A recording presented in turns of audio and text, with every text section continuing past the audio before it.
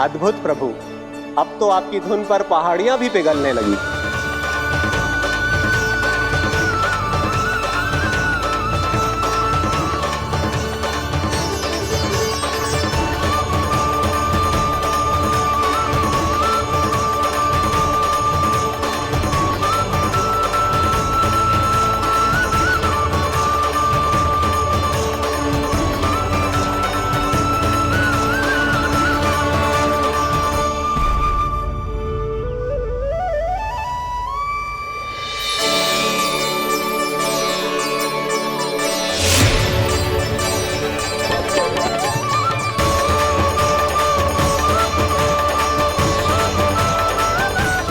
देखते ही देखते पूरी पहाड़ी बावरियल होकर पिघलने लगी है।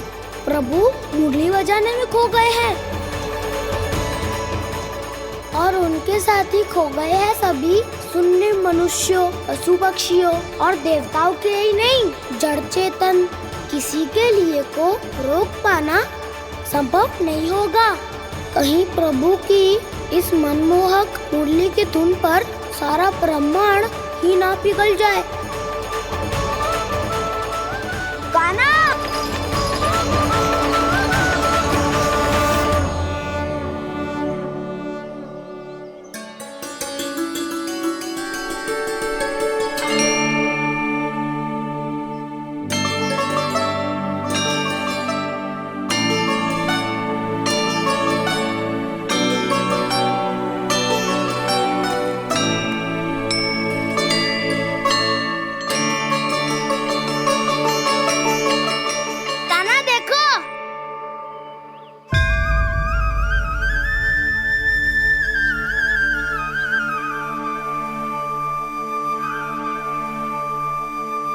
क्या तो आपके चरण का चिन्ह बन गया है प्रभु।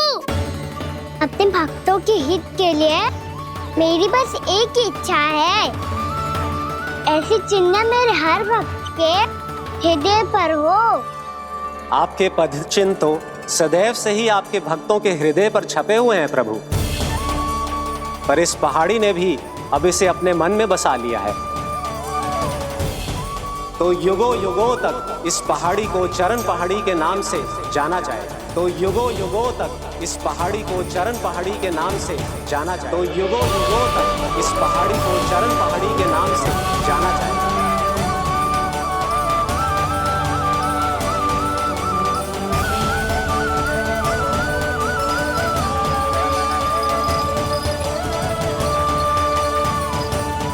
कान्हा, तू हमारे पास से वहाँ कैसे चले गए हो? हमें तो पता भी ना चलो। मैं कहीं ना गया था उज्जवल, और ना ही कहीं जाऊंगा। सदैव यही रहूंगा मैं, तुम सबके पास, तुम सबके मन में। हर एक कोई असर मुझे तुम सबसे दूर ले जाने का कितना भी प्रयास क्यों ना कर ले।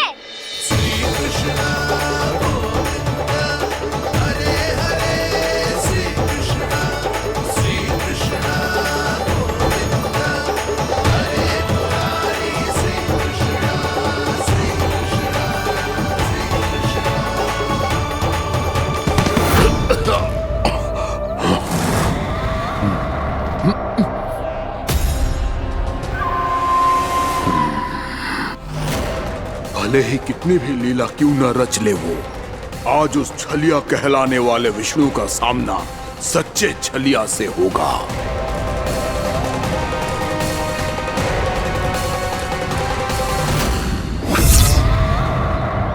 कान्हा, तू कहाँ भटक गया हो तो? नहीं सखा, मैं तो भटके हुए वो मार्ग दिखा रहा था।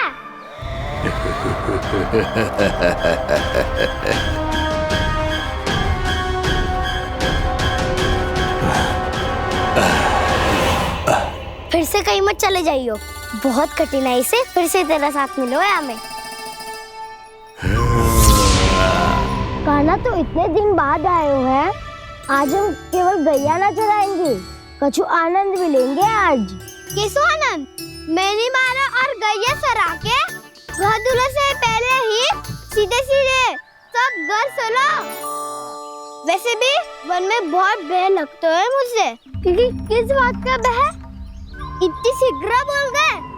अभी कुछ दिन पहले ही तो उस ससुर और देवता में कितने भीषण युद्ध हुआ था। हाँ, हम शीघ्र घर जाएंगे। अरे वसंता, वो युद्ध ना था, सब बड़े बड़े देवता हमारे सखा कान्हा को बचाने आए थे। तू ये सोच, जिसकी रक्षा सारे भगवान मिलके एक साथ करते हैं, वो कान्हा हमारे साथ है, तो फिर हमें कैसा भय? वो कान्हा हमारे साथ है, तो फिर हमें कैसा भय? तुम सब भी कौन सी बात लेकर बैठ गए हो? ये बताओ कि आज हम क्या खेलेंगे?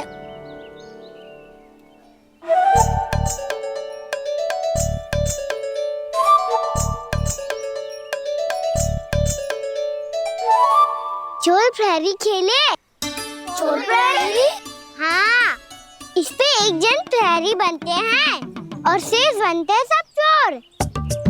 और चोर का कार्य होगा भागना और छुपना, और प्रहरी का कार्य होगा चोर को पकड़ लेना। अरे वाह कान्हा, क्या खेल बताए है। इसमें तो बहुत आनंद आएगा।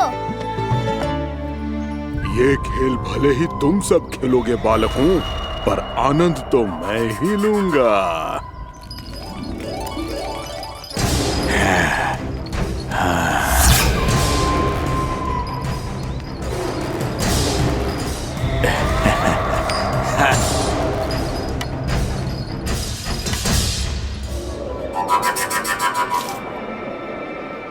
ये सिक्का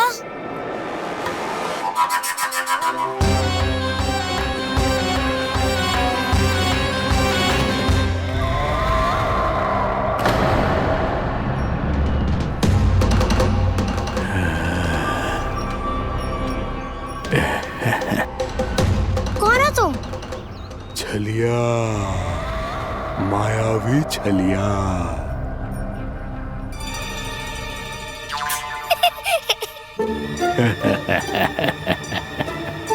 छलिया तो बहुत भयानक होता है, तुम्हारे जैसा थोड़ी दिखता है। हाँ। मुझे मूर्ख समझते हो तुम? 100 छलियाएं देखे हैं मैंने। हाँ। पर मैं उनसे ना घबराता हूँ, उनको मुझसे भय लगता है। हाँ? सच? और नहीं तो क्या, मैं हूँ इतना अनोखा, इतना वीर। तुम्हें विश्वास ना हो रहा है तो चलो मेरे सखाओं से पूछ लो।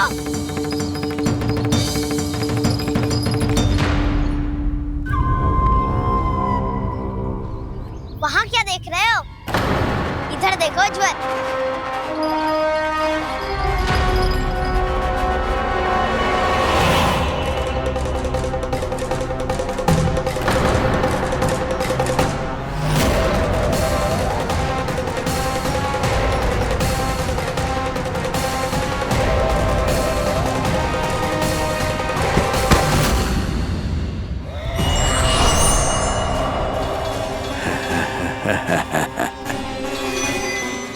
सौ छलिए देखे हैं इसने।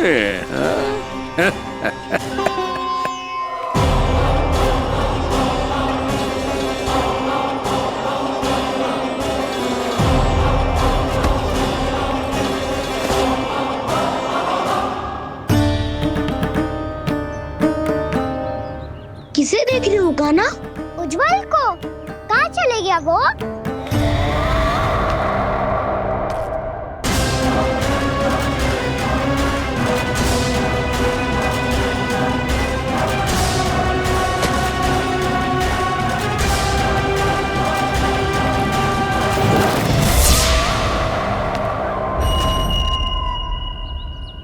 चिंता मत ही करो कान्हा, उज्जवल यहीं का ही होगा, आ जाएगा। क्या हो गया कान्हा? तूने कही थी ना कि हम चोर प्रहरी खेलेंगे, तो खेल क्यों ना रहो? तुम्हारी प्रतीक्षा कर रहे थे। वैसे तुम कहाँ रह गए थे?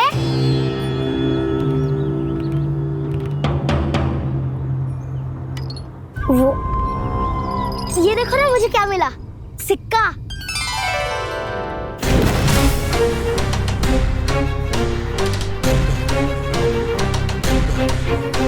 दीदी दिखा दिखा। ना ना, ऐसे ना। ये सिक्का मैं उछालूंगा और जिसके हाथ में आया वो बनेगा प्रहरी और अन्य सब चोर स्वीकार है। यदि मैं प्रहरी बन गया तो बहुत सरलता से इस कृष्ण को पकड़कर गुफा में ले जाऊंगा और वहीं इसकी हत्या कर दूंगा। इसे इसके ही यंत्र में फंसाना होगा मुझे।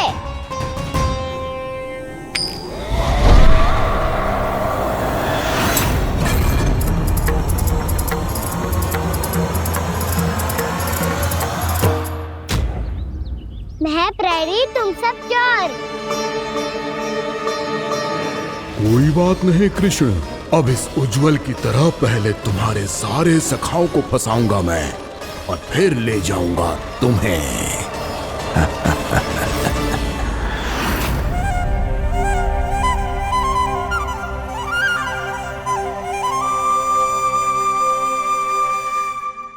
चलो खेल आरंभ करें।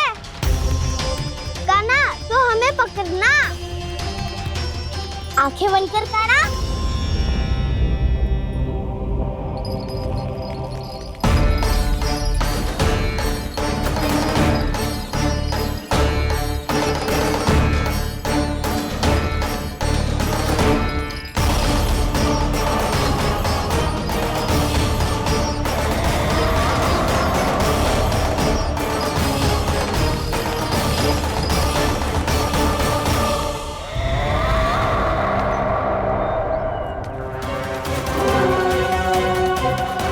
अकेला रह गया ये, अब फंस गया ये।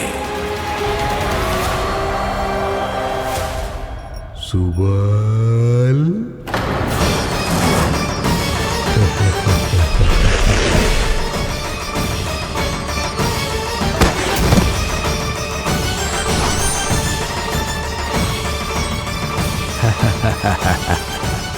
इन सब का तो मुझे पता नहीं, परंतु मुझे बड़ा आनंद आ रहा है इस खेल में।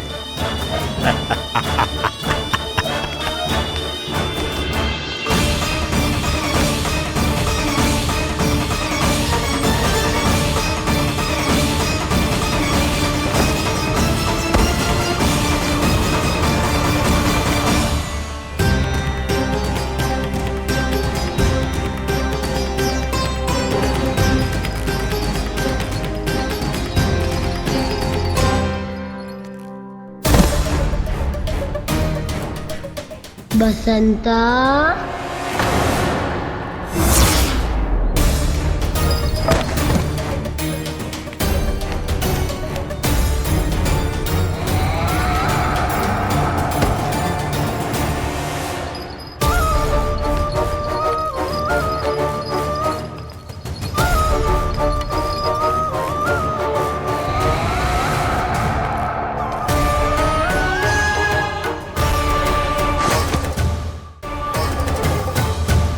ये तो एक एक करके सभी बालकों को अपना शिकार बनाता जा रहा है। प्रभु ऐसा क्यों करने दे रहे हैं? प्रभु की हर लीला का कोई ना कोई उद्देश्य होता है। यदि वो इस असुर को इन निर्दोष बालकों पर अत्याचार करने से नहीं रोक रहे हैं तो इसका भी कोई ना कोई कारण अवश्य होगा।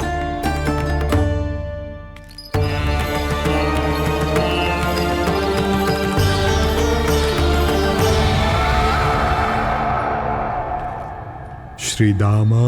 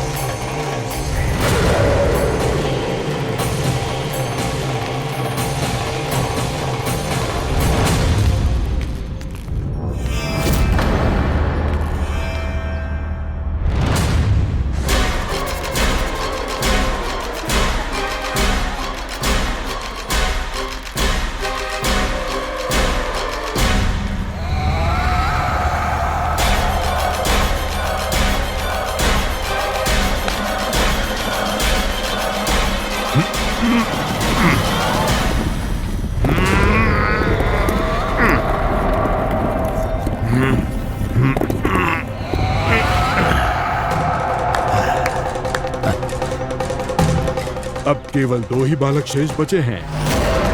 दोनों को पकड़कर ये खेल ही समाप्त कर दूंगा।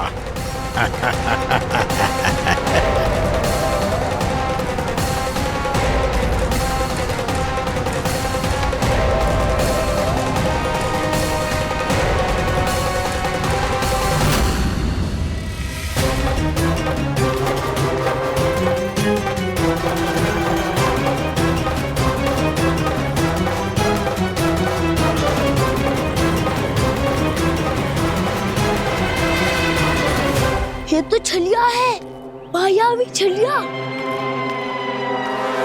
मेरे सभी सखाओं को शिकार बना लिया इसने। मैं इसे नहीं छोड़ूंगा। कान्हा, कान्हा,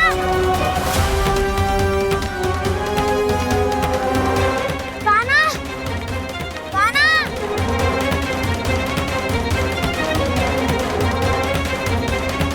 कान्हा।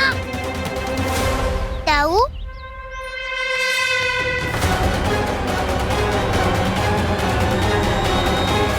छलिया हो तुमने मेरे सखाओं का अपहरण किया है। मैं छलिया ना हूँ ना, मैं तो आपका छोटा भाई हूँ, आपका कान्हा। मैंने सब कुछ अपनी आंखों से देखा है। बस तुम छलिया ही हो। रूप बदल बदल कर मेरे सखाओं का अपहरण कर रहे हो। ये क्या कह रहे हो दाऊ? आप ही मुझे नहीं पहचानोगे तो कौन पहचानेगा? कान्हा, ये नहीं, मैं हूँ वास्तविक बलराम, तुम्हारा दाऊ।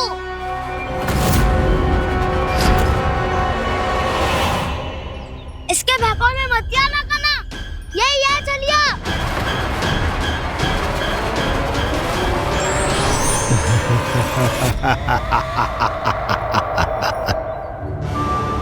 बुद्धिमान बालक, केवल तुमने ही पहली बार में माना है कि मैं ही वास्तविक छलिया हूँ। पर हम तुमसे भयभीत नहीं है दस। इसी क्षण हमारे सखाओं को मुक्त कर दो। अच्छा, यदि इतना ही क्रोध आ रहा है तो जाओ, छुड़ा लो अपने सखाओं को।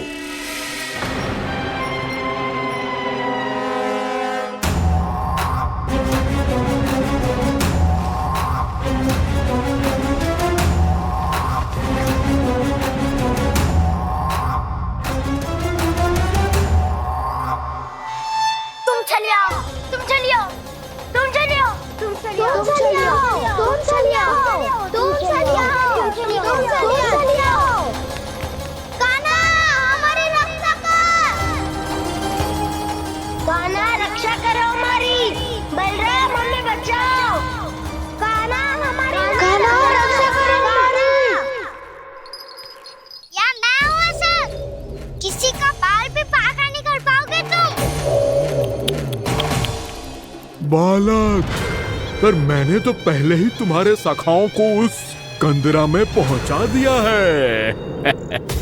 बेचारे इस समय घबरा के रो रहे होंगे, सहायता की भिक्षा मांग रहे होंगे। जानते हो तुम उन सबका अपहरण क्यों कर पाए? क्योंकि मैंने तुम्हें कर नहीं दिया, ताकि मुझे तुम्हारा सामना करने के लिए एकांत मिल सके। अच्छा। जाओ, आप जाके सखाओं को बचाओ। इस दुष्ट के लिए मैं पर्याप्त हूँ।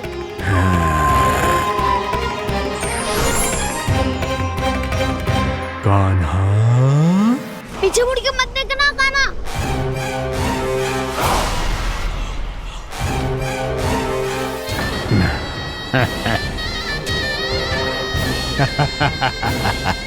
अपने सखाओं की तरह अब तुम भी फंस गए कृष्ण।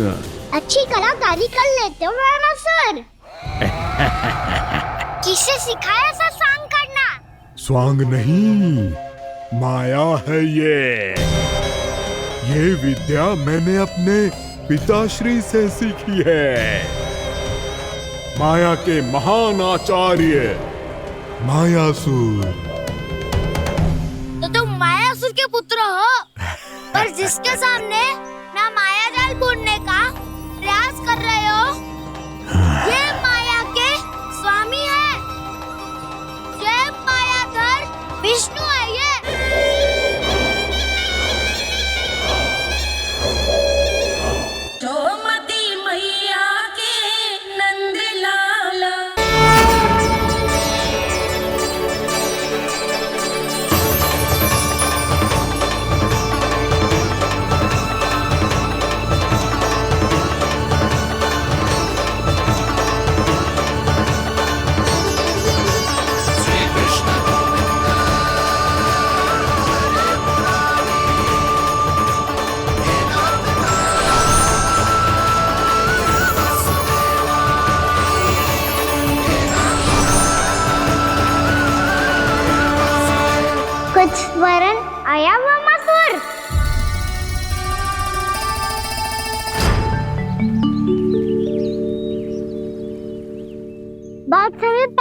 बात है, बहुत बड़े घुमाकर राज करते थे तुम।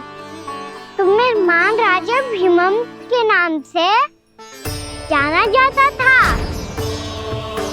सब कुछ था तुम्हारे पास, पर शांति नहीं थी। इसीलिए शांति की खोज में अपना संपूर्ण राज अपने पुत्रों को सौंप कर मलय पर्वत की ओर चल दिए।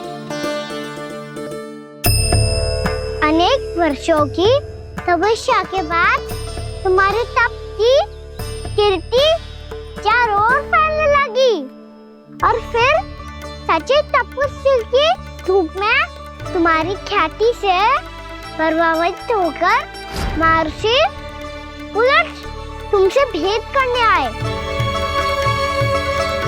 राजा भीमरथ, आपने ईश्वर की प्राप्ति के लिए सब कुछ छोड़ दिया, पर अपना अभिमान नहीं छोड़ पाए।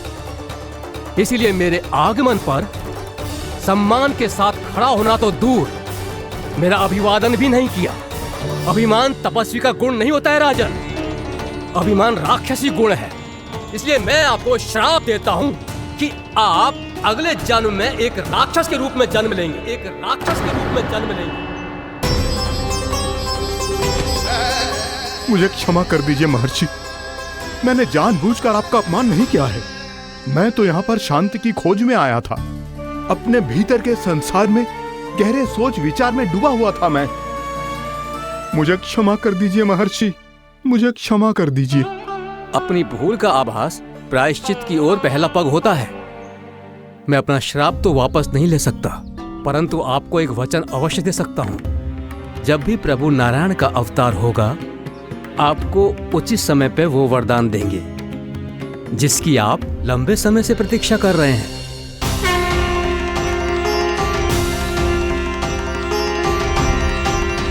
प्रभु, आपने मेरी आंखें खोल दी। अब मुझे पता चल गया है कि आप कौन हैं और मैं कौन हूँ। इसलिए आप मुझ पर कृपा करके अपने चरणों में स्थान दे दीजिए। मुझे वो शांति प्रदान कीजिए जिसकी खोज में मैं वर्षों से भटक रहा हूँ। शांति तो मोक्ष में ही है, इसीलिए मैं तुम्हें मोक्ष का वरदान देता हूँ।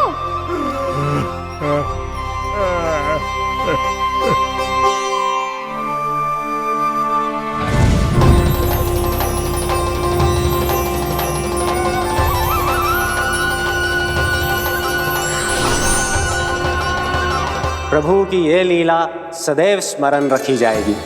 इस स्थान को इनका आशीर्वाद मिलेगा और इस कंदरा को व्योमासुर की कंदरा के रूप में पहचाना जाएगा। भविष्य में अनेक ऋषि मुनियों की शरण स्थली बनेगी ये कंदरा।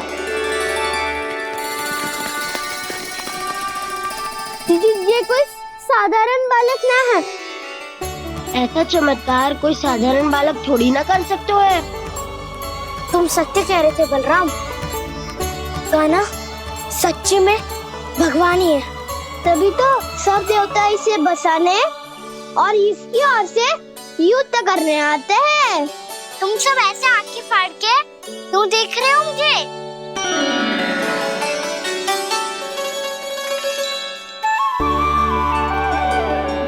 बलराम, तुम बलवान हो और कान्हा भगवान है।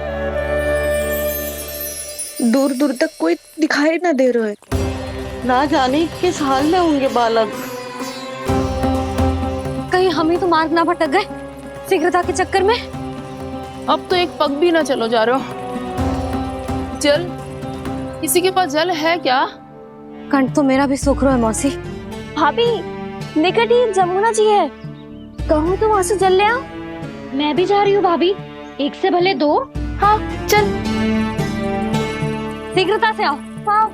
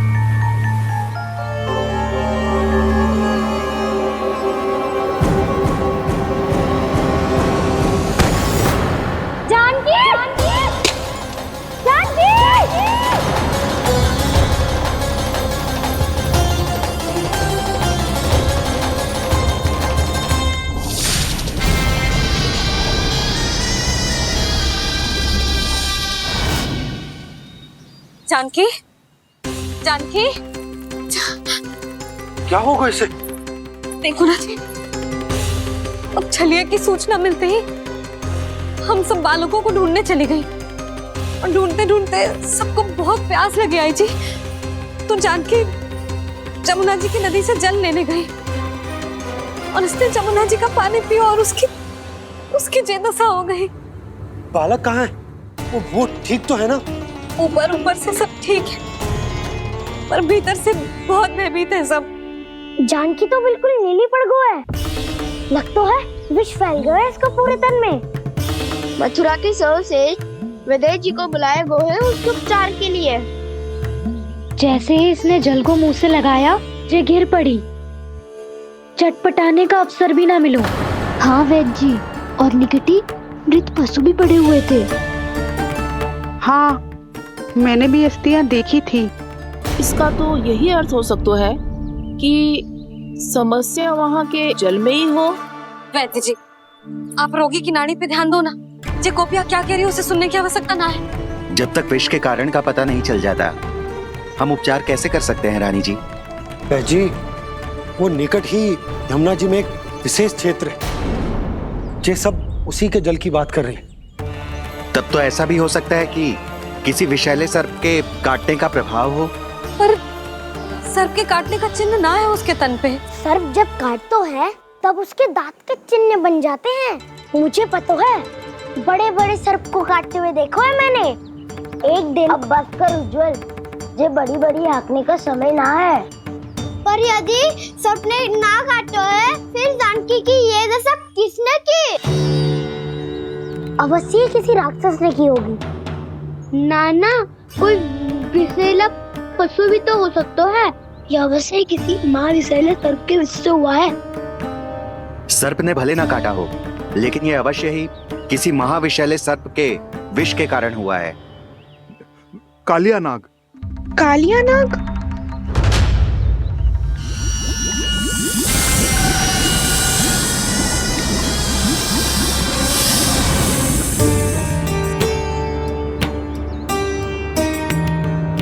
संकेतों से तो ऐसा लगता है कि जानकी ने कालिया नाग के क्षेत्र के विशाल जल पी लियो है। कालिया नाग एक लोक श्रुति है, कल्पना में गढ़ी हुई एक कथा, और कछु न है। हमें जाके पता लगाना पड़ेगा। पर हमें वहां जाने से मना किया है ना बड़ों ने। उज्जवल सही कह रहे हो है। इस समय जानकी के स्वास्थ्य से अधिक महत्वपूर्ण और कछु ना है। जानकी हमारे लिए ही जलाने गई थी जी। ना मैं उसे जाने देती ना जैसा वो तो। वैद्य जी, आप शीघ्र कछु करो, कैसे भी कछु भी करो, पर इसके प्राण बचा लो। यशोदा, धैर्य रखो, श्री नारायण पर विश्वास रखो, वो सब ठीक करते हैं।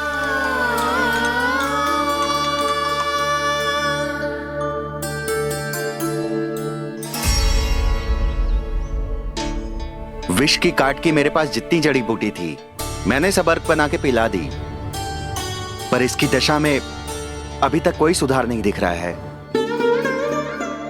यह अंतिम जड़ी बूटी है। अगर इससे भी चमत्कार नहीं हुआ, तो फिर जो नारायण की इच्छा।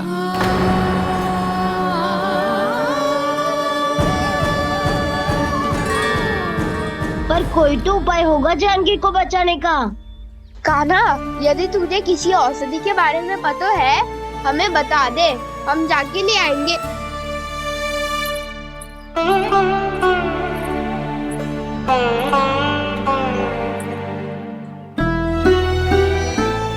हे नारायण, हे प्रभु, मेरी जानकी के प्राण बचा ले प्रभु। या तो मैं अपने आप को कभी क्षमा न कर पाऊंगी। ये सारी मेरे ही कारण बनाई थी। उसकी रक्षा करो प्रभु, मेरी पुकार सुनो। कान्हा, तूने हमें बकासुर से बचाया था ना? और बकासुर से भी तो, और छलिया से भी तो तूने ही बचाया था ना हमें। क्या ऐसा कोई उपाय ना है जानकी को बचाने का? धनवंतरी,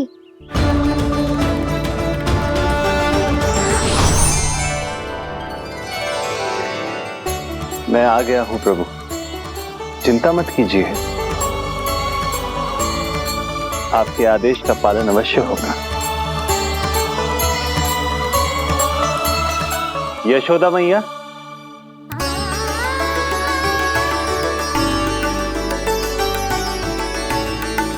मैया आपको कोई पुकार रहा है।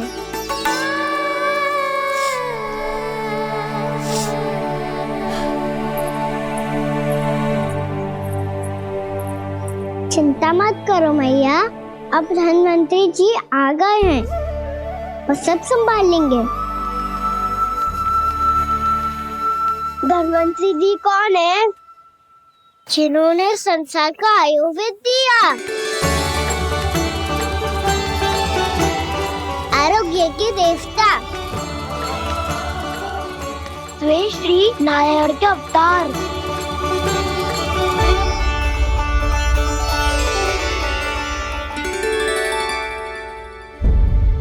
मुझे पता चला है कि आपको वेद की आवश्यकता है। हाँ हाँ, भीतर आइए। आइए आइए बैठे जी। जी रहे। मथुरा का सर्वश्रेष्ठ वैद्य अर्थात मैं यहाँ आ चुका हूँ और रोगी को जितनी औषधि की आवश्यकता थी सब दे चुका हूँ। निश्चित रूप से आपने विष की काट के लिए बहुत ही उत्तम अर्क तैयार किया है, इसीलिए किसी और वैद्य की आवश्यकता नहीं है। किंतु आप अकेले कितना कुछ करेंगे वैद्यराज, मुझे अपना सहायक ही बना लीजिए।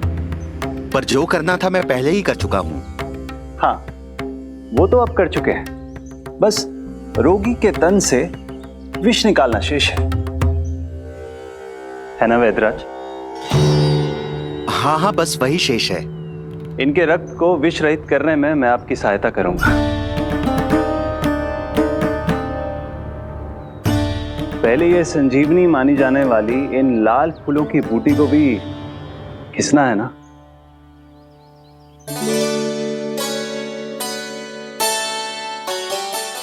हाँ हाँ, तुम सही कह रहे हो, इसे अच्छे से घिसो।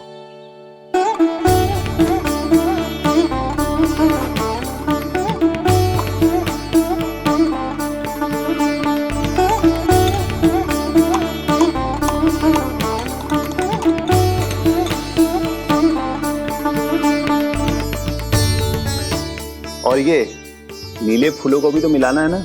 हाँ हाँ, अच्छे सहायक बन सकते हो तुम, ऐसे ही श्रम करते रहो।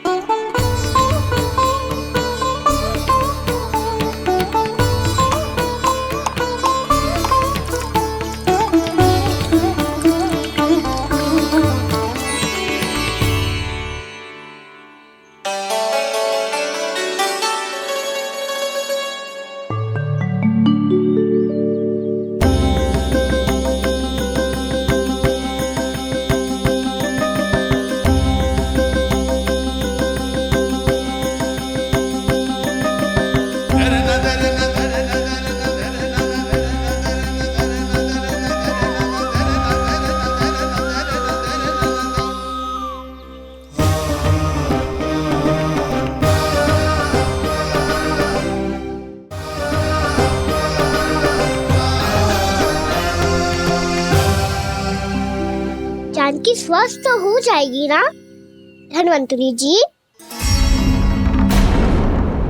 धनवंतरी? प्रभु, अब मैं क्या करूं? आपने तो स्वयं ही मेरी पहचान उजागर कर दी। जी क्या करो कान्हा? आप सब ऐसे क्यों देख रहे हो? मैया कहती है ना, सभी वैद्य धनवंतरी जी का ही रूप होते हैं। वाह कृष्णा, चतुर तो हो तुम। वैसे वास्तविक धन्वंतरी मैं हूँ, मेरा अर्थ है वास्तविक वैद्य मैं हूँ। ये तो मेरा सहायक है, मुझे पूरा विश्वास है बिल्कुल ठीक हो जाएगी। वैसे ही थोड़े ना मुझे मथुरा का सर्वश्रेष्ठ वैद्य कहते हैं लोग।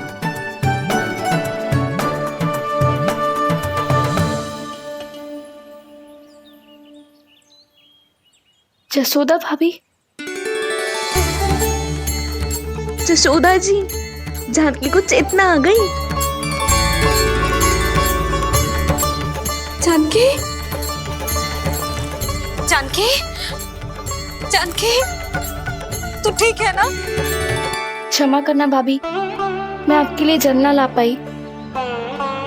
बस बहुत भूख लगी है।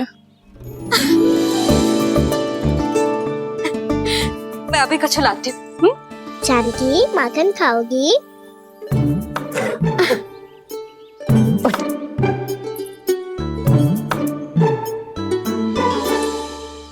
आजा, तू ही खिला दे लल्ला।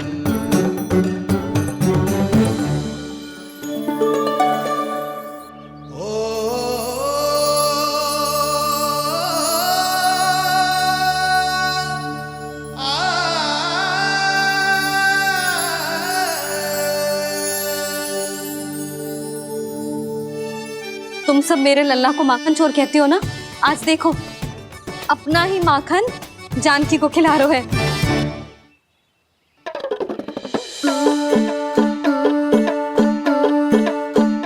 थोड़ा और विश्राम कर लो। सदैव तुम हम सबकी सेवा करती हो, आज मैं तुम्हारी सेवा करूंगा। जानकी की जिज्ञासा तब हुई जब जय यशोदा काकी की सेवा कर रही थी, और अब देखो स्वयं भगवान ही इसकी सेवा कर रहे हैं। जानते हो इससे क्या सिद्ध होता है? जो भी यशोदा मैया की पूजा करेगा, अर्थात अपने माता पिता की सेवा करेगा, उनके साथ सम्मान से व्यवहार करेगा, ईश्वर स्वयं उसका ध्यान रखेंगे। कभी धन्वंतरी के रूप में तो कभी स्वयं कान्हा के रूप में। भक्त और भगवान का देखो कैसा ये अनुराग, स्वयं करे सेवा प्रभु, अद्भुत गोपी का भाग्य।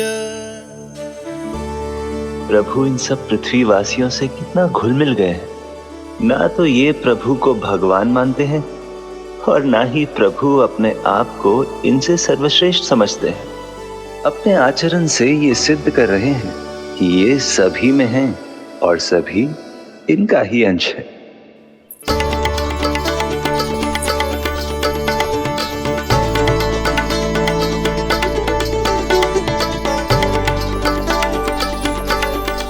प्रभु, अब मुझे जाने की आज्ञा दीजिए।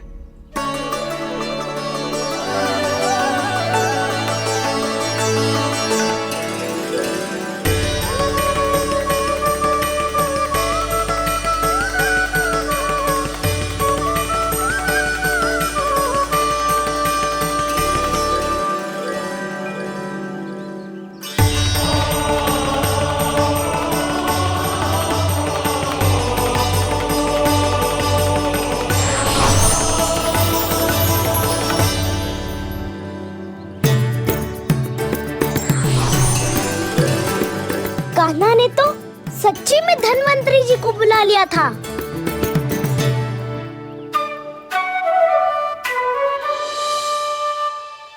जब से कान्हा का जन्म हुआ है ना, मैं तब से देख रही हूँ, तब से हम पे कोई भी संकट आती है ना, तो अचानक से कोई अपरिचित हमारी सहायता करने आ जाता है। और जाते समय कान्हा की आज्ञा लेके जाते है, और कभी कभी तो इसे प्रभु बोल के जाते है। बाबा संभालो।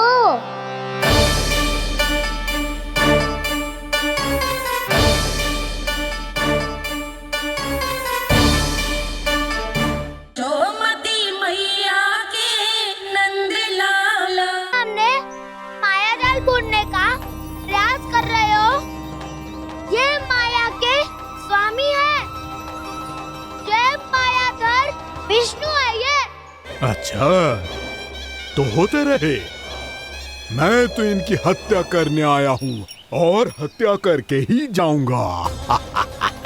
जाओ, आप सखाओं को बचाओ, मैं इनका सामना कर लूंगा। पर कान्हा, अभी आप ही ने तो कहा था माया का स्वामी हूँ मैं।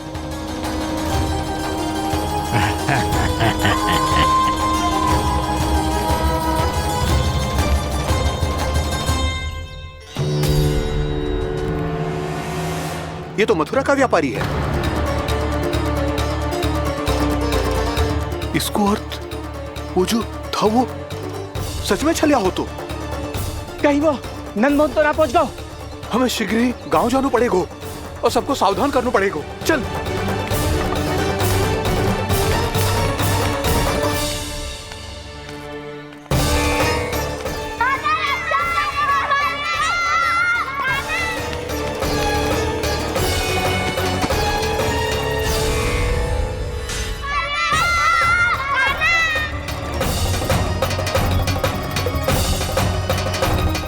यदि तुम्हें लग रहा है कि मेरे छल के वार से बच गए हो तो मुझसे भी बच जाओगे। ये तुम्हारी सबसे बड़ी भूल है कृष्ण। मेरे पास बहुत सारे मायावी अस्त्र हैं जो क्षण भर में ही तुम्हें विष्णु लोक पहुंचा देंगे। तो फिर प्रतीक्षा क्यों कर रहे हो? बालक, मैं परिहास नहीं कर रहा हूँ। मुझे पता है, तभी तो कह रहा हूँ शीघ्र दिखाओ ना। मुझे तुम्हारे सारे मायावी अस्त्र देखने हैं। कैसे बालक हो तुम? मैं यहाँ खेल दिखाने नहीं आया हूँ। तो समय व्रत क्यों कर रहे हो ब्रह्मासुर? जो करने आए हो वो ही करो ना। अब देखो कैसे तुम्हारे प्राण एक ही वार में इस देह का साथ छोड़कर उड़ जाएंगे। मेरी मायावी अग्नि तुम्हारे भोले भाले से इस मुख को जलाकर भस्म कर देगी।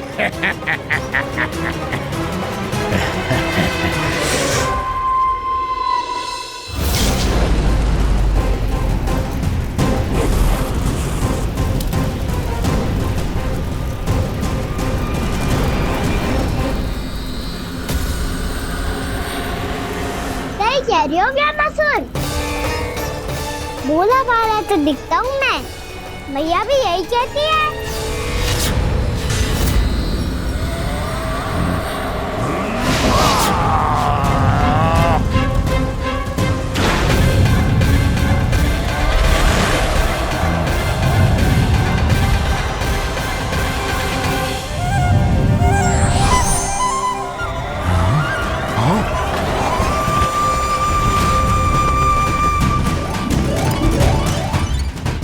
आसन को उपहार देने के लिए बहुत बहुत धन्यवाद ब्रह्मासुर। बहुत समय से खड़े खड़े थक गया था मैं।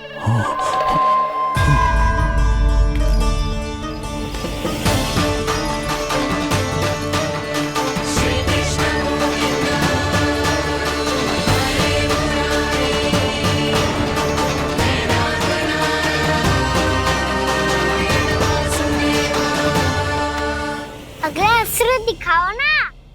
तुम्हारी यही जिज्ञासा आज तुम्हारा अंत करने में सहायक बनेगी मूर्ख बालक।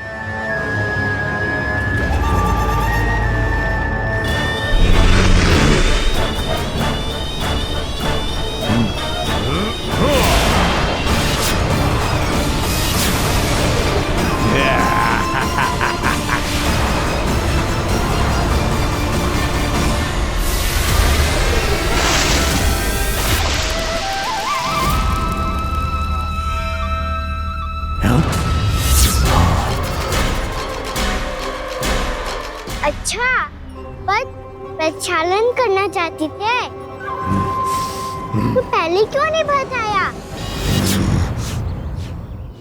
मुस्कुराना बंद करो। तुम्हारी ये हंसी मुझे कांटों की तरह चुभ रही है। पर मैया तो कहती है कि मेरी मुस्कुराहट फूलों की तरह है।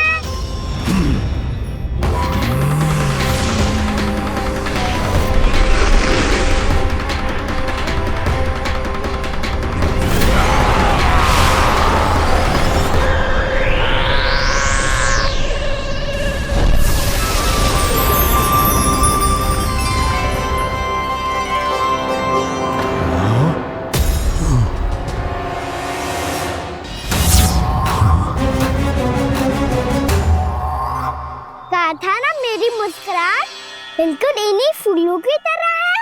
और तुम कर क्या रहे हो मास्टर? कभी आसन दे रहे हो, कभी पद प्रक्षालन कर रहे हो, और अब फूल भी चढ़ा दिया है। तुम मुझ पे वार करने आए हो कि पूजा करने? तुम्हारी पूजा तो मैं अब ऐसी करूंगा कि तुम मृत्यु के बाद भी मुझे भूल नहीं पाओगे बालक।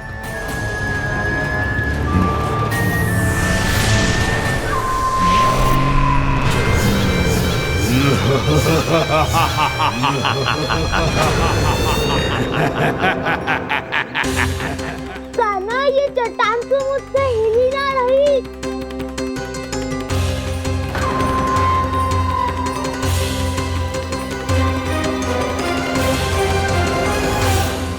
अभी कंदरा के अंदर कुछ क्षणों में ही प्राण वायु समाप्त हो जाएंगे। तुम्हारे सारे सखा एक एक कर अपने प्राण त्याग देंगे और तुम्हारा वध करूंगा मैं।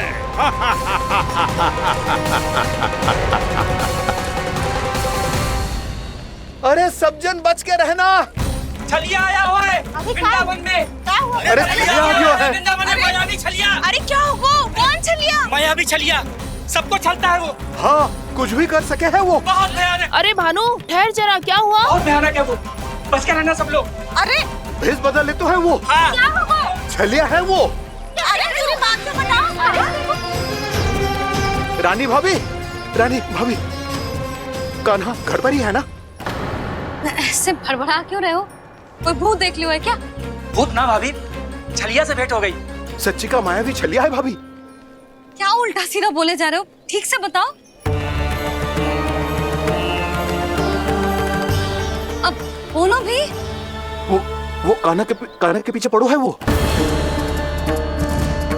मेरे लल्ला के पीछे?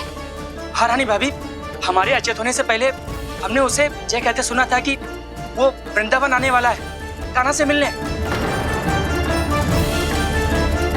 हे नारायण, मेरे कान्हा की रक्षा करना। जसोदा जी, मायावी छलिए से बचना बालकों के बस की बात ना है। जीजी, बालक वन में अकेले ही हैं।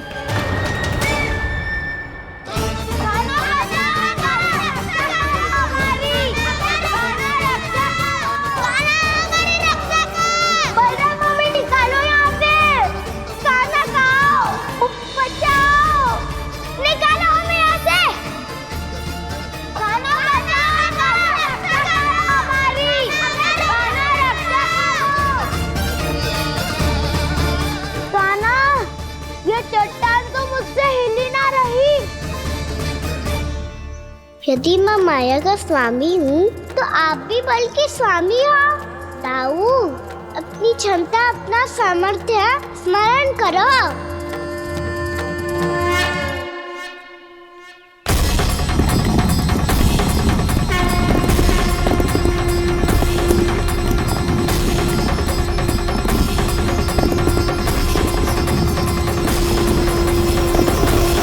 इससे पहले कि वो कंदरा का द्वार खोल के तुम्हारे सखाओं को बाहर निकाले, मैं तुम्हारे प्राण ले लूंगा कृष्ण।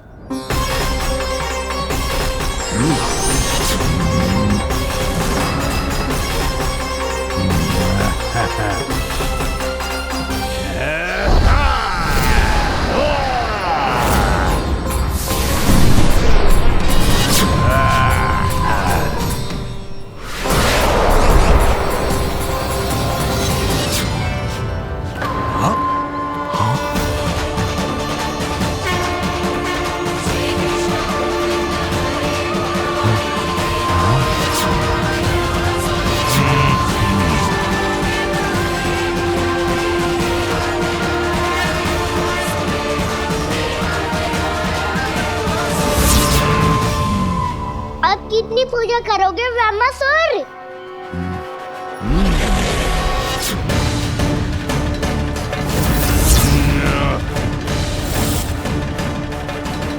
प्रभु तो खेल खिला रहे हैं इससे, और ये खेले जा रहा है विवश होकर, उनकी माया से बाध्य होकर।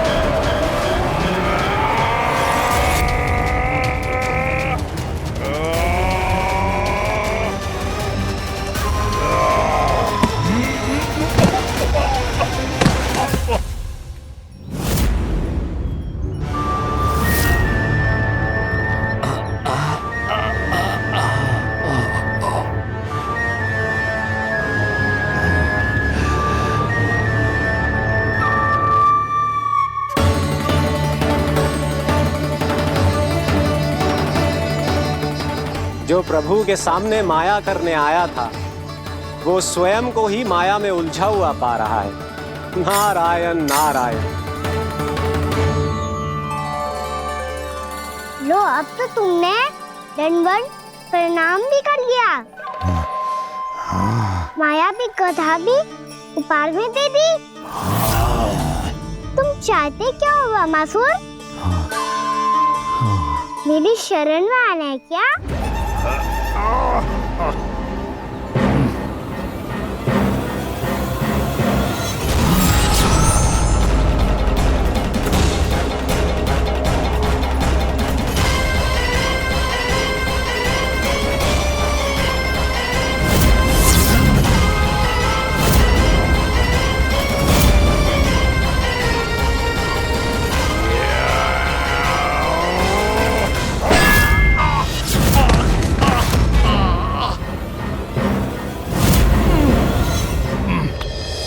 सोच विचार का समय ना है हमारे पास।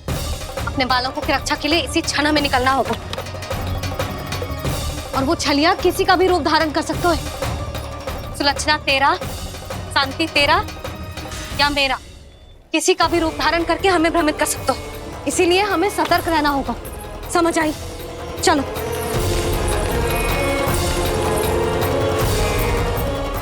अभी भी समय है वामासुर, समझ जाओ। यदि मैया आ गई तो बात गड़बड़ हो जाएगी।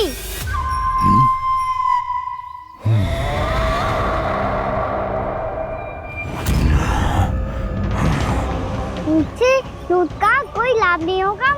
वामासुर, स्मरण करो तुम कौन हो। मायासुर का पुत्र हूँ मैं, अपने स्वामी महाराज कंस का सेवक हूँ और तुम्हारा हूँ मैं काल।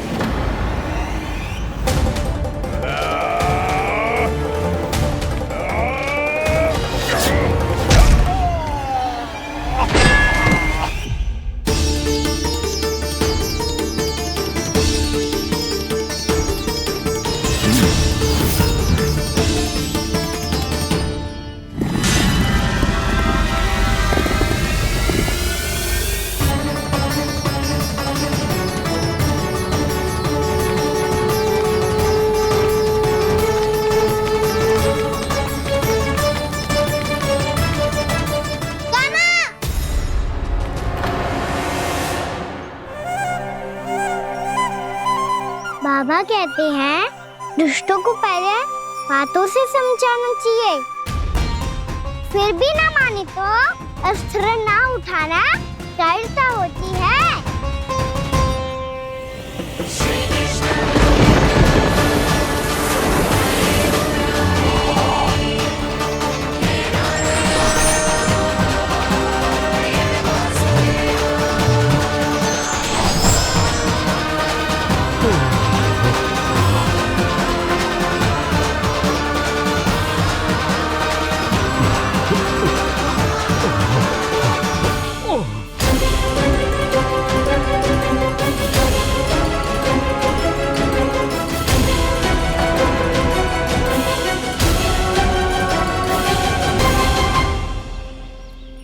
पता था मुझे, अपने बाबा के स्वरूप को हानि नहीं पहुंचाओगे। सही कही तुमने। पिता की छवि ही पिता के समान भी आनंदीय होती है। वामासुर, वामासुर। ये मैं अपने वास्तविक रूप में कैसे आ गया?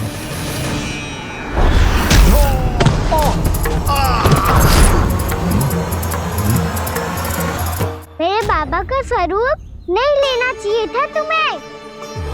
मैया ने सिखाया है भूल को क्षमा किया जा सकता है, पर जानबूझ के किए गए अपराध के लिए दंड ही एकमात्र विकल्प होता है। ये बार बार अपनी मैया का नाम ले रहा है। यदि मैं वो स्वरूप लूं तो अपनी मैया पर वार नहीं कर पाएगा ये।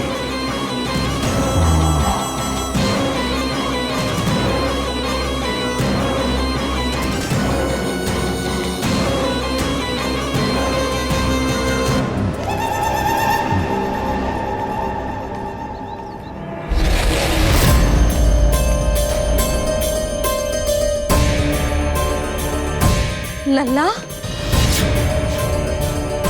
मैं तेरी मैया हूँ, अपनी मैया को मारेगा? बच गया। समझाया था पर तुमने एक बार फिर से मूर्खता कर ही दी।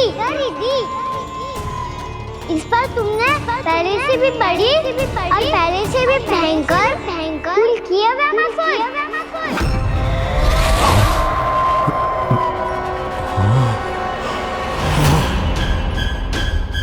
ये क्या हो रहा है मुझे? बार बार मेरा रूप क्यों बदल रहा है? ममता को समझे बिना अधिक समय तक मैया का स्वरूप हरण करके नहीं रख पाओगे व्यामासुर।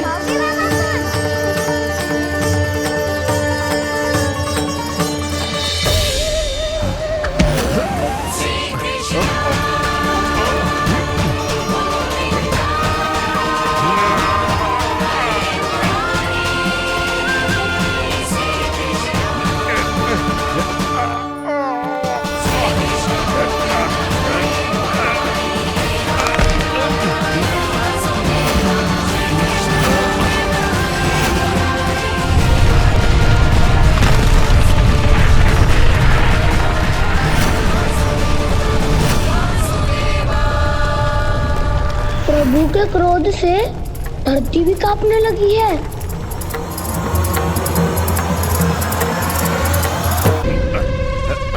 पुत्र को मारने के उद्देश्य से एक मां का रूप लिया तुमने।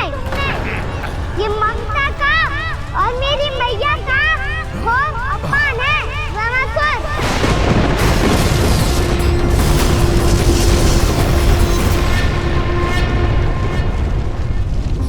इससे पहले इस असुर के कारण निर्दोष प्राणियों का कोई अहित हो, मुझे कुछ करना होगा। यदि मैं माया का स्वामी हूँ तो आप भी बल के स्वामी हो। दाऊ, अपनी क्षमता अपना सामर्थ्य स्मरण करो।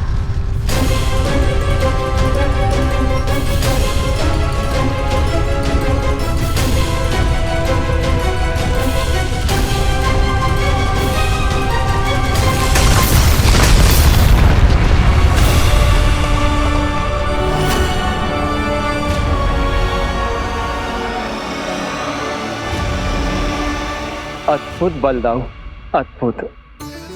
अपने बल का उचित प्रयोग करके आपने प्राणियों को हानि होने से बचा लिया और यह भी सिद्ध कर दिया कि इस युग में आपसे अधिक बलवान और कोई नहीं होगा। आज से आप बलदेव के नाम से भी जाने जाएंगे। आज से आप बलदेव के नाम से भी जाने जाएंगे। आपके चरणों का ये चिन्ह युगों युगों तक आपके बल की कथा कहता रहेगा। बलराम का चरण चिन्ह।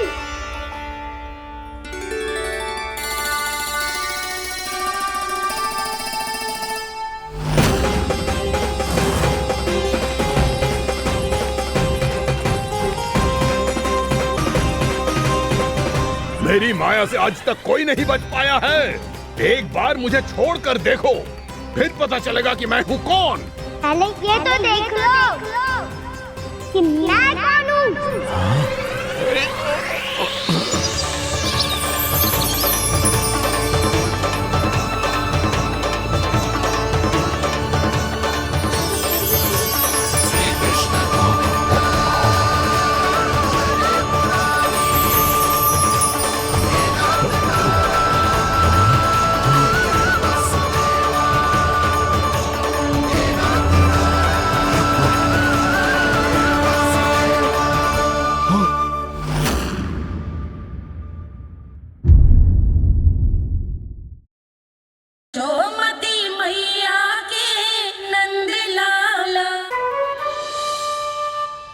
जब से कान्हा का जन्म हुआ है ना, मैं तब से देख रही हूँ, तब से हम पे कोई भी संकट आती है ना, तो अचानक से कोई अपरिचित हमारी सहायता करने आ जाते हैं और जाते समय कान्हा की आज्ञा लेके जाते हैं और कभी कभी तो इसे प्रभु बोल के जाते हैं। बाबा संभालो। यशोदा, इस जानकी को चढ़ो है और विचित्र विचार तुम्हारे मन में है। अरे सब जानते हैं कि हमारा परिवार राजसी, तुम्हें पता ना चलते हो वो, पर हमारे कान्हा को सब राजकुमार ही समझते हैं देखकर, इसीलिए उसे सम्मान देने के लिए सब ऐसा ही करते हैं, और कोई बात ना है।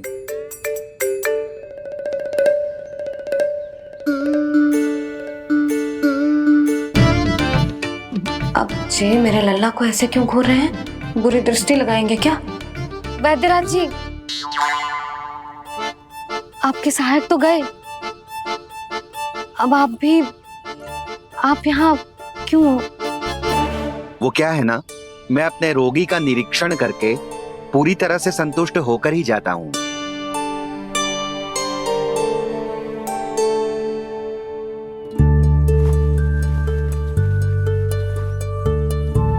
हाँ, संकेत तो अच्छे हैं, कल सुबह तक बिल्कुल ठीक हो जाएगी। धन्यवाद वैद्य जी।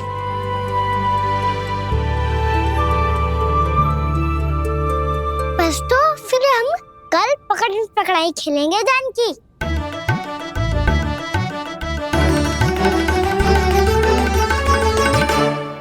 भानु, बंसी, जाकर उस क्षेत्र के चारों ओर बाड़ बनवा दो और वहां सूचना पट्ट भी लगा देना, ताकि जानकी के साथ जो हुआ है वो किसी और के साथ ना हो। शीघ्र जाओ। जी ठीक है।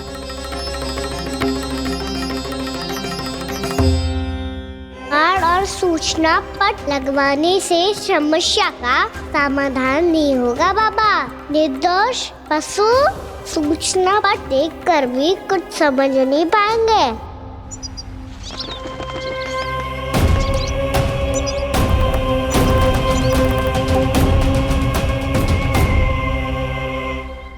तो तुम्हारे कहने का अर्थ यह है कि व्योमासुर मारा जा चुका है और वो बालक अब भी जीवित है। हाँ महाराज, मैंने गोप बालकों को कहते सुना था कि कृष्ण ने छलिया को मोक्ष दे दिया है, पर वृंदावन सुरक्षित नहीं है महाराज। वो एक बहुत बड़ी समस्या से जूझ रहे हैं। कैसी समस्या? गांव के निकट क्षेत्र में किसी विषैले सर्प का निवास है। उसके विष का प्रभाव इतना भयानक है महाराज, जैसे विष ना हो, स्वयं हलाहल हो। मेरी कोई भी औषधि रोगी का उपचार नहीं कर पा रही थी। निकट के क्षेत्र में कहाँ है वो सर्प? गोप मानते हैं कि वो सर्प गांव के निकट यमुना नदी के जल में रहता है। मुझे तो लगता है महाराज, ये कालिया नाग की कथा कोई किंवदंती या लोक श्रुति नहीं, एक सच्चाई है, एक विषैली सच्चाई।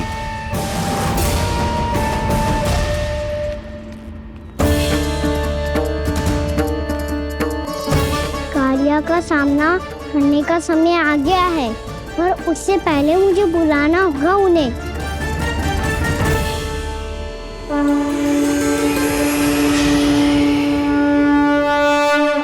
संसार के दारुण भय का नाश करने वाले, सभी कष्टों का हरण करने वाले, विश्व का समस्त ऐश्वर्य प्रदान करने वाले, कमल जैसे लोचन, मुख और चरणों वाले आजानुभुज श्री राम को मैं बार बार नमस्कार करता हूँ।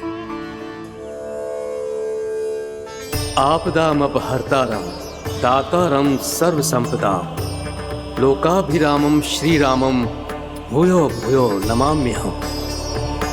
कागभूसोंडी, कागभूसोंडी, कागभूसोंडी।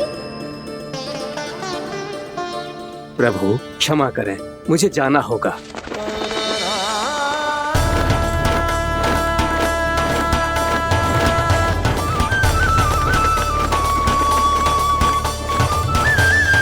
प्रणाम प्रभु। अनेक बार मैं आपके दर्शनों के लिए आया प्रभु। कभी नंद भवन के झरोखों से आपके दर्शन करके चला जाता था, तो कभी दूर किसी वृक्ष की आड़ से आपको निहार लिया करता था। आज आपने स्वयं मुझे बुलाकर धन्य कर दिया प्रभु।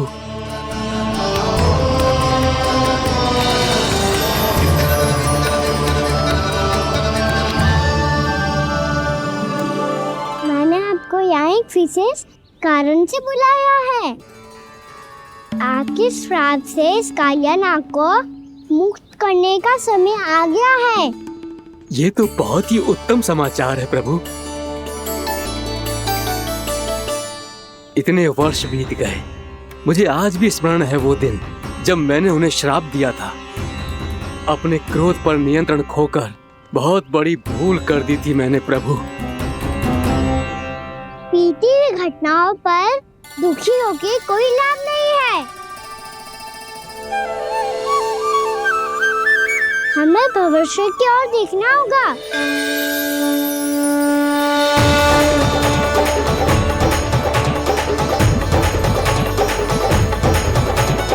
आदेश कीजिए प्रभु, क्या आज्ञा है आपकी?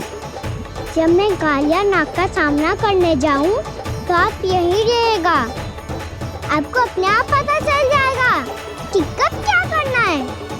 और हाँ, लौटते जाते समय नारद मुनि से कहिएगा वो आकर मुझसे भेंट करे। अवश्य प्रभु, प्रणाम। क्या इसने सच्ची में देवर्षि नारद को बुलाया है? नारायण नारायण, आपको संदेश भेजने की आवश्यकता नहीं थी। आप स्मरण करते और मैं चला आता। तुम्हारा कल्याण हो नारद।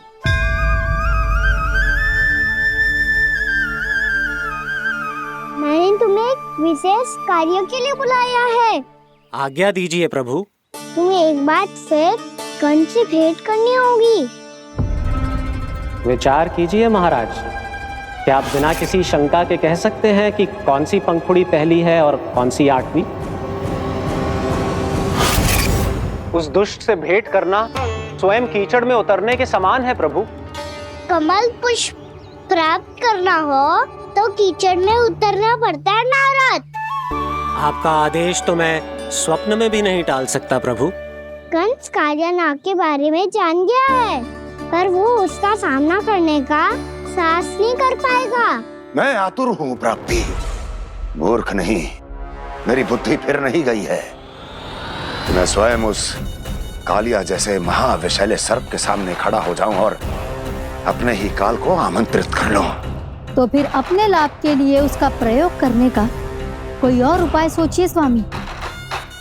कुछ ऐसा कीजिए कि यमुना नदी का पूरा जल विषैला हो जाए और वृंदावन वासी उसका उपयोग करे, और आपका काल कहलाने वाला वो बालक स्वयं काल के गाल में चला जाए। उत्तम उत्तम सुझाव है प्राप्ति। अब मुझे उस कालिया तक पहुंचने का मार्ग ढूंढना होगा। उसको विवश करने का कोई उपाय ढूंढना होगा, क्योंकि व्यक्तिगत रूप से उससे भेंट करना असंभव है। असंभव। आप सही कह रहे हैं प्रभु। कंस में उतना सामर्थ्य नहीं कि वो कालिया नाग का सामना स्वयं कर सके। वैसे तो कालिया गरुड़ देव का भी सम्मान नहीं करता, तो फिर वो कंस का सम्मान क्यों करेगा भला? नहीं करेगा, पर कंस तुम्हारा सम्मान अवश्य करेगा नारद। तुम्हारी बातें भी सुनेगा और मानेगा भी। ये मेरी योजना का बहुत ही महत्वपूर्ण भाग है। तुम कंस के पास जाओ और कहो कि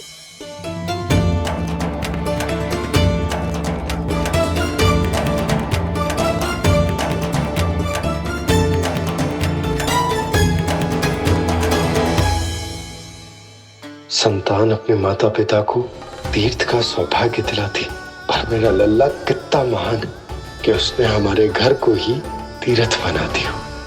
ऐसा तीर्थ जहां मेरी आंखों के सामने भक्त और भगवान का मिलन हो रहा है। जो आज्ञा प्रभु।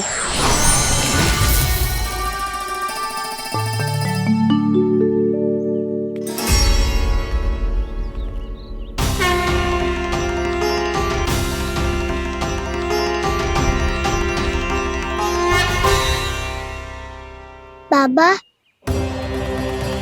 कान्हा, ये सब क्या चल रहा है? पहले काक भुसुंडी जी और फिर जे नारद जी। क्या योजना बना रहे हो तुम? कान्हा, बताना लल्ला, क्या सोच रहे तू? कान्हा देख, अगर तुझे अपने बाबा को ना बताना हो ना, तो अपने भक्त को बता दे। क्या सोच रहे हो लल्ला? क्या करने वाले हो आप?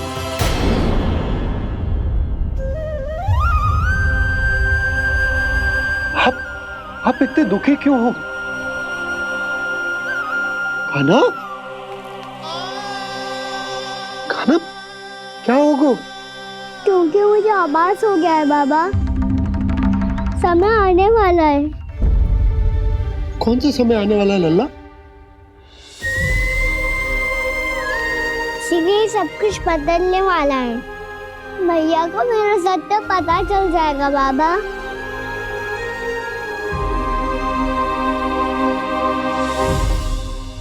पर लल्ला, इसका काग भुसुंडी और कालिया नाग से क्या संबंध है? ऐसा क्या हुआ था और क्या होने वाला है?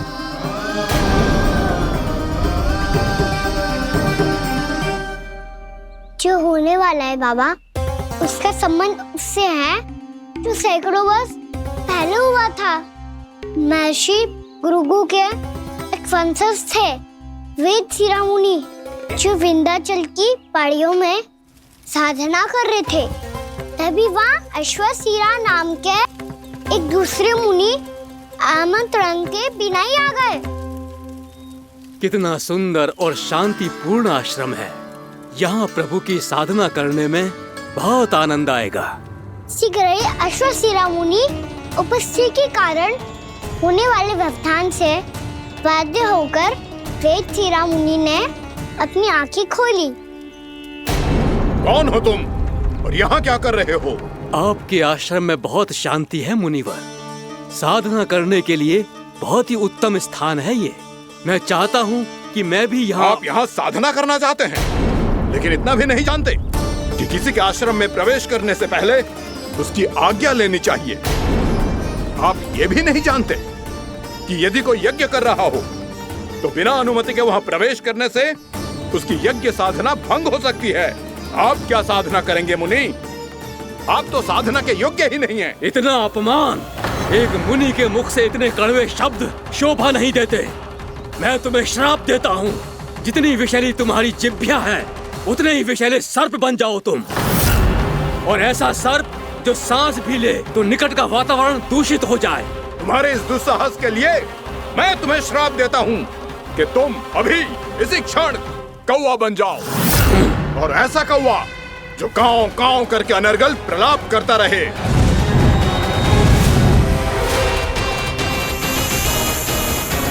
ये मैंने क्या किया? ये मैंने क्या किया? क्रोध के कारण दोनों ने एक दूसरे को श्राप दे दिया।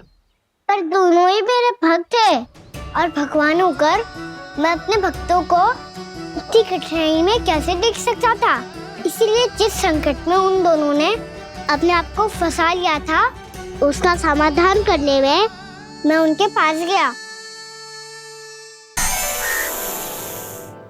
देखिए ना प्रभु, ये क्या हो गया हमसे?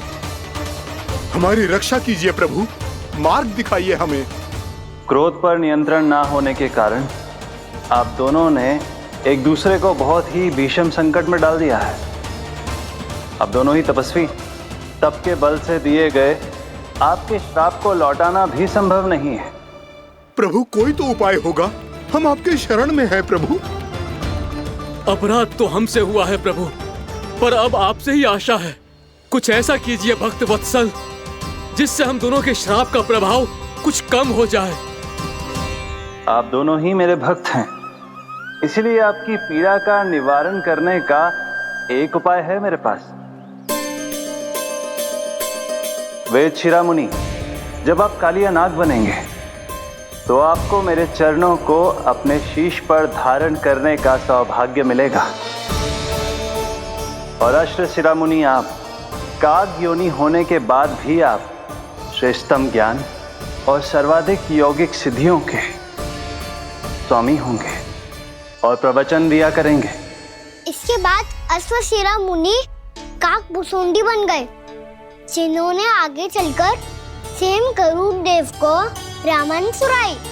और मुनि वेदशिरा महर्षि कश्यप और देवी कैत्रियों के पुत्र कालियानाग बनकर जल में, और अब वही कालियानाग जमराज में, जिनके कारण जानकी के प्राण लगभग चले ही गए थे। अब कालियानाग को उचित स्थान पर भेजने का समय आ गया है बाबा। पर ये तो अच्छी बात है कान्हा, वेदशिरा मुनि को दिया हुआ तुम्हारा वचन भी पूरा हो जाएगा, जमुना जी की शुद्धि भी हो जाएगी। इस सब के बाद भी तुम दुखी क्यों हो? क्योंकि इसके बाद मैया के सामने मेरा रहस्य खुल जाएगा बाबा। उन्हें पता चल जाएगा कि उनका बालक कोई साधारण बालक ना है। भविष्य में जो होने वाला है उसे सबके सामने घटने से रोकना मेरे लिए भी संभव ना होगा। मैया को सब पता चल जाएगा। क्या पता चल जाएगा रे मुझे?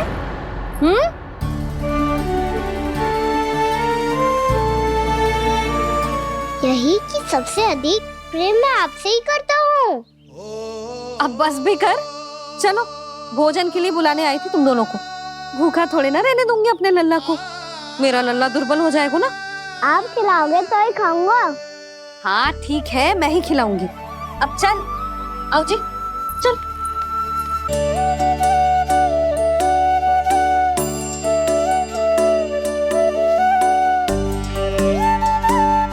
मैया खेलो ना मेरे साथ। मैया सुनो ना, मेरी बात ना मानोगी? अभी बहुत कार्य पड़े लल्ला, देख जानकी को औषधि भी देने जानो है ना। औषधि मैं दे दूंगा, फिर तो खेलोगी ना आप मेरे साथ? पिछले कुछ दिनों से अपनी मैया का अधिक से अधिक प्रेम पाने का प्रयास करो है कान्हा। इसका तो एक ही अर्थ हो सकता है कि कछु बहुत बड़ो होने वालों है। कान्हा रुक जा लल्ला। कान्हा क्यों तंग कर रहा है? मैया को पहन लेना। कान्हा, कान्हा, ये क्या करो तूने?